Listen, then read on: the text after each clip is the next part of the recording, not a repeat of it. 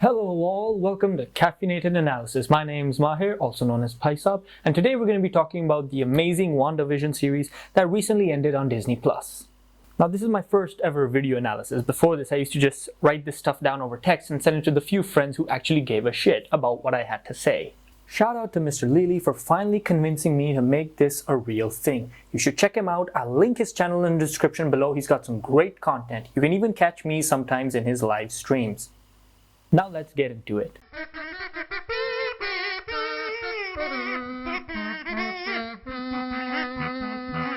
Okay, quick background information. WandaVision takes place shortly after the events of Avengers Endgame. It deals with the idea of grief, and it shows us how Wanda is dealing with the loss of the love of her life, Vision, who she not only had to kill in Infinity War, but also had to watch him die again when Thanos reversed time. The series is at first glance set in different eras of American sitcom culture, inspired by notable names like Malcolm in the Middle, Full House, Bewitched, and Modern Family. However, not all is as it seems, as the reality of the situation is slowly revealed to us as the series progresses. For this video, I won't be talking about the series as a whole, nor will I dissect the nitty-gritty Easter eggs. Instead, I will be focusing on two major theories of mine that stem mainly from the series finale and last episode. Spoiler alert! Now, so this first theory deals with the final episode and its post-credit scene that I think directly ties into Doctor Strange 2, The Multiverse of Madness. So in the climax of the episode, we see that Agatha Harkness is in possession of a book called The Darkhold. In the comic books, is written by an ancient demonic entity called Chthon. Now, Chthon is the god of chaos, also known as the Harbinger of Chaos, a title which Agatha suggests belongs to Wanda. Now in the comic books, Chthon was imprisoned inside the mountain island Wungador. In the post-credit sequence of the final episode, we see Wanda in a cabin on an island next to a huge mountain with the Darkhold. Do you see what I'm getting at? The thing is, Elizabeth Olsen is slated to return as Wanda in Doctor Strange 2, The Multiverse of Madness. Now, here's what I'm thinking. Chthon's gonna have a major antagonistic role in Doctor Strange 2. Now, looking at the post-credit sequence, Wanda, I think, is going to learn a lot from the Darkhold. However, because she has no mentor and she's just teaching herself, homeschooling herself, I think she's going to allow her powers to grow so far beyond her control that eventually she'll become a vessel for chaos, possibly even becoming possessed by Chthon himself, which will, in my opinion, make her a sort of antagonistic role in Doctor Strange 2, leading to Doctor Strange having to stop her in some capacity. Dark Phoenix vibes, anyone? Should be one hell of a fight, since Agatha claimed that the Scarlet Witch is stronger than the Sorcerer Supreme, but then again, Stephen Strange has proved to be much more adept than his predecessors. Strange is meant to be the best of us.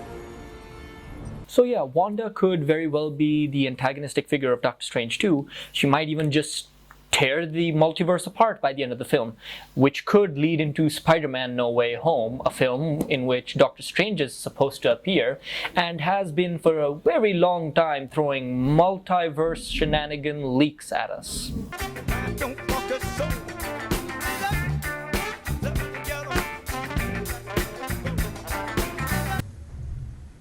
So this next theory is something I came up with the day after watching the show and then going through the episode the second time. So as we see, Wanda and Pietro are implied to have had their powers not given, but rather activated by exposure to the Mind Stone. We know this is a done case for Wanda, as Agatha explains it, but I think Agatha sees only the magical side and not the cosmic side. I believe Pietro also had his powers of super speed dormant in him, and that they too, like Wanda, were activated when exposed to the Mind Stone. Now, I might be reaching here, but I think this is the first step to introducing the mutants and subsequently the X-Men properties into the MCU. Now, how I believe this to be happening is via the X gene being activated through exposure to Infinity Stones. In the comic books, the X gene is something present in all mutants, and it usually activates their powers around the time of puberty. That's the only thing that separates mutants from every other metahumans, where other heroes have their powers originating from a specific kind of scenario or an origin story. Mutants are born with a genetic structure that separates them from normal human beings. If my hypothesis is the case,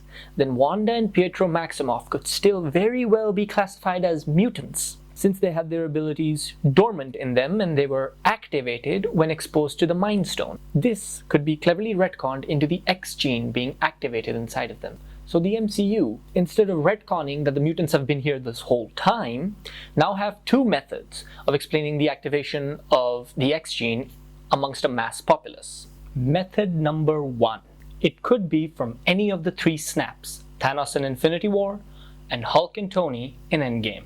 Iron Man. The huge amount of cosmic radiation from all the Infinity Stones being used could be a way to activating a gene, essentially the X gene, that allows some people to have powers. Now, if they don't want to use any of the snaps, there is another method. That's method number two. That is Wanda. She clearly has enough of a heavy power set to recreate Vision from scratch, as she says to him, "You, Vision, are the piece of the Mind Stone that lives in me." Which, holy cow, I was so on point about that being the explanation for Vision being back when I did my breakdown for the first trailer. Since she essentially recreated a Mind Stone, albeit pygmy powered, that could mean that the hex she created is radiating insane amounts of cosmic energy. Maybe her destruction of the hex sent a shockwave of radiation everywhere, leading to an activation of the X gene within the people amongst the surrounding area. As stated before, this could just be the first step in a much longer and diverse storyline. The entrance of the mutants in the MCU will, I think, be a gradual discovery. We won't get a full explanation in one film, but rather, much like the Infinity Stones during the first three phases of the MCU, mutants will appear in individual separate films, and slowly we will start to make sense of where these metahumans are coming from. People with powers will just start randomly appearing, and it'll be up to our future heroes to figure out why they are appearing and where they are coming from and what's causing all this. I believe, if anything, this longer storyline will culminate in the foundation of Xavier's School for Gifted Youngsters, or at the very least, a recognition of these beings and these mutants being different and separate from our other metahumans. Another thing that I think can tie in very neatly into this is, well, the WandaVision series takes place in Westview, New Jersey. That means Jersey City isn't too far off, right? In the comic books, Jersey City is home to Kamala Khan, aka Miss Marvel. Now, Kamala Khan is also ready to debut in her own TV show set in the MCU, and she also has an appearance in Captain Marvel 2. In the comics, Kamala is classified as an Inhuman, and her powers are activated after her Inhuman genes are triggered by exposure to the Terrigen Mist.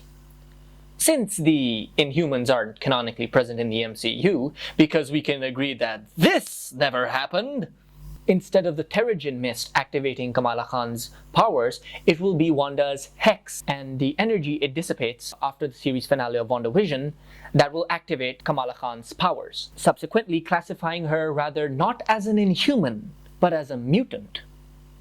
If my previous theory about mutants being introduced this way is correct. Maybe Kamala Khan's TV show will help tie these strings together. That is, if my theory about her being a mutant retcon is right. And that's all I have to say about that. And there you have it. Those are my two major theories about the future of the MCU and the consequences of the WandaVision series finale. One, that will lead into Doctor Strange 2, the Multiverse of Madness, maybe even going into Spider-Man No Way Home. And the other relating to the X-Men properties, the mutants' introduction in the MCU. I really do hope you enjoyed what I had to say. I'm sorry for going on and on and on, but you know, nerd stuff. If you enjoyed watching this, maybe, hopefully, I'll be making more of these kinds of breakdowns and theorizing videos relating to future properties of the, not just the MCU, maybe Star Wars, DC, just comic books even in general. I have no idea at this point. It could be anything. This could go anywhere. Finally, I'd really appreciate if you guys could like this video, and if you haven't subscribed already, do so. And if you would like to be notified of any future videos that I upload on this channel, click the bell icon on the side and you will be notified for whenever I do that. Thank you so much for listening to me rant, bearing it with me, and have a great day, I guess. Bye-bye.